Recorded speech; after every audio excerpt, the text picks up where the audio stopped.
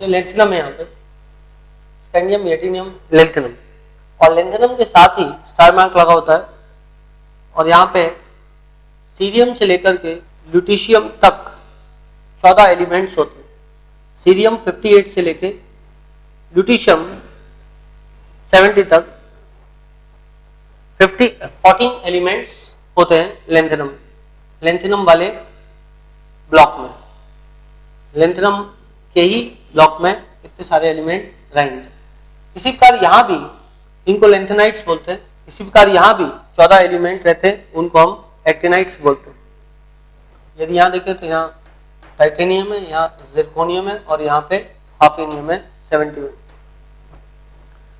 तो यदि आप इस पर ध्यान दो तो जिरकोनियम से हाफेनियम आते हैं, मतलब जब हम इस सीरीज में चलते हैं सीरियम से लेके ल्यूटीशियम तक, तब क्या होता है देखिए, जब सीरियम से लेके ल्यूटीशियम तक चलेंगे तो सीरियम यदि मैं लूं तो सीरियम इज 58, और यदि आपबाउ का प्रिंसिपल आप अप्लाई करें तो आपबाउ का प्रिंसिपल कुछ इस तरीके से है 1s 2s 3s,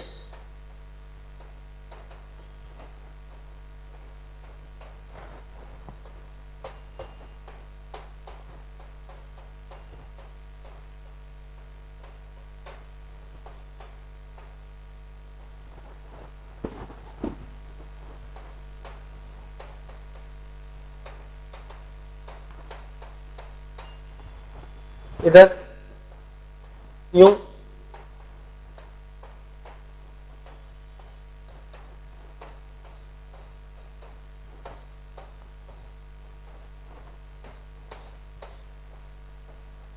like this.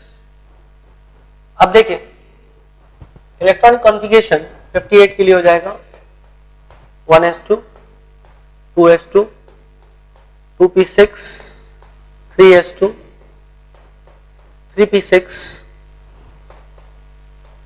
4s2 3d10 30 हो गया यहां तक, 4p6 36 5s2 38 4d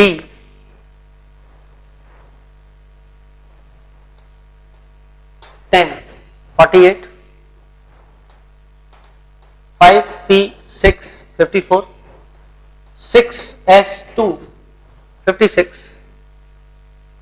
उसके बाद में इलेक्ट्रॉन जाना चाहिए 4f में, तो 4f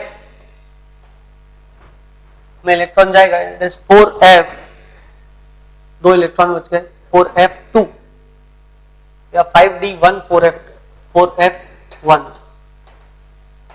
एक्सेप्शनल इलेक्ट्रॉनिक कॉन्फ़िगरेशन होता है।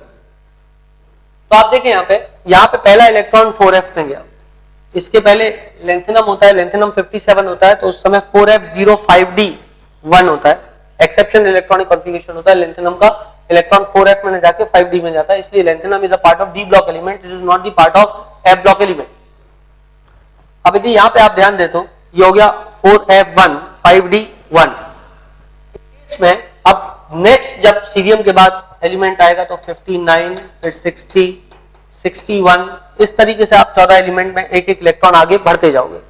इसको शेल्स में भर लो, तो इसको यदि शेल्स में फिलअप करोगे तो शेल्स में फिलअप करने पे पहले शेल में 2 इलेक्ट्रॉन 1s2, मतलब फर्स्ट शेल में 2 इलेक्ट्रॉन, सेकंड शेल में 8 electron 2s2 2p6, third shell में 18 electron 3s2 3p6 3d10, fourth shell में 4s2 4p6 4d10 18 ये हो गए, और 4f1 18 और f में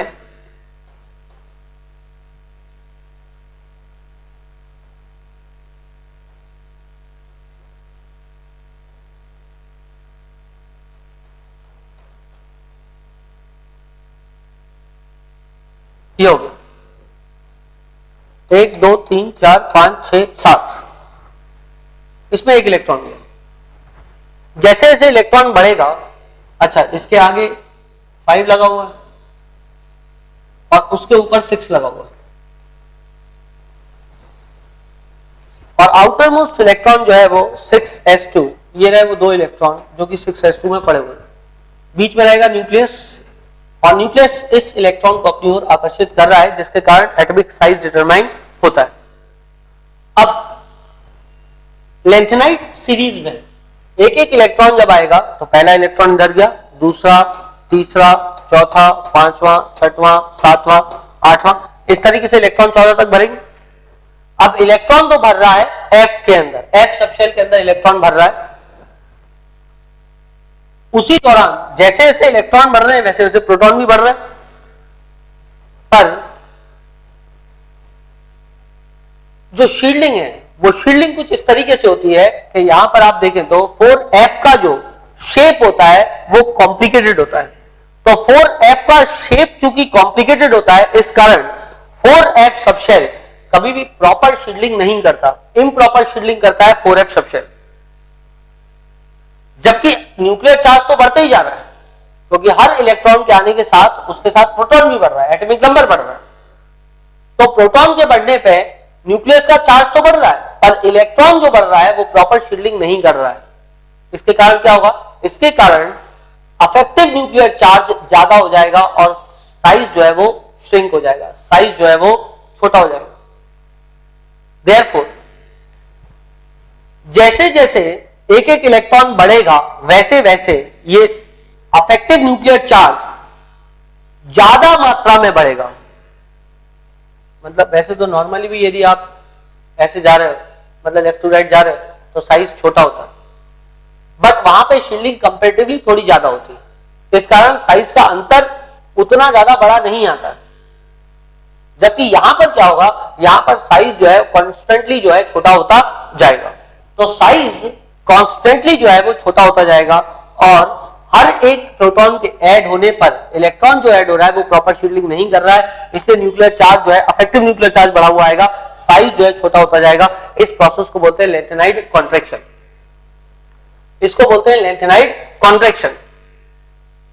इसके ऊपर ब्लॉक, यदि डी ब्लॉक में आप देखो तो यदि आप टाइटेनियम और जिरकोनियम में देखो तो टाइटेनियम और जिरकोनियम के साइज में अंतर आएगा। The size of zirconium is bigger when compared to the titanium. But जब आप हाफेनियम पे आओगे तो हाफेनियम पे साइज अप्रोक्सीमेटली बराबर हो जाएगा as compared to the zirconium, या हाफेनियम पे थोड़ा सा साइज कम हो जाएगा या अप्रोक्सीमेटली बराबर हो जाएगा हाफेनियम और जिरकोनियम का size.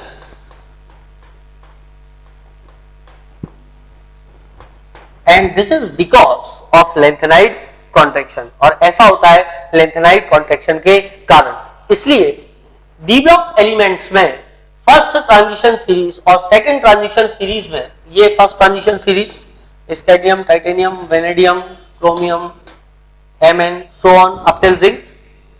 This is first transition series. This is second transition series, and this is third transition series, and this is fourth transition series. So the difference of size between first and second transition series is there. Second transition series के element का size first transition series के element से ज्यादा बड़ा होता है, जबकि third transition series के साइज जो है सेकंड ट्रांजिशन सीरीज के अप्रोक्सीमेटली बराबर होता है। And the reason is lanthanide